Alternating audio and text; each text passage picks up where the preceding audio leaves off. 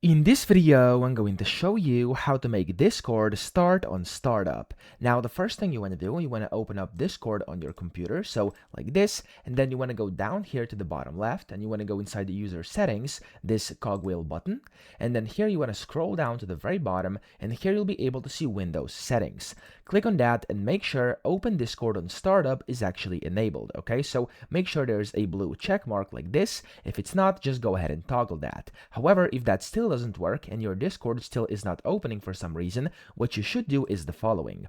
Go ahead and go to your taskbar, right click it and click on Task Manager.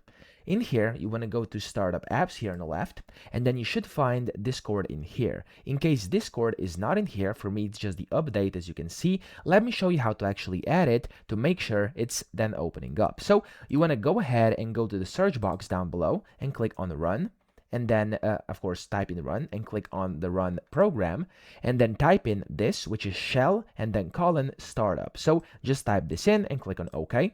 This is going to open up the startup folder, and after this, go ahead and go into search, type in Discord, like this, okay? And it's going to be the Discord app. Right click it, click on open file location, and this is going to have a Discord shortcut. Just basically click on it, right click and press copy, close down the folder, go back to the startup folder and paste it in here like that, and then you want to close this folder down, go back to the empty space down here in the taskbar, right click, Task Manager, and then in here, you want to go to the left-hand side and you want to click on where you can see startup apps again.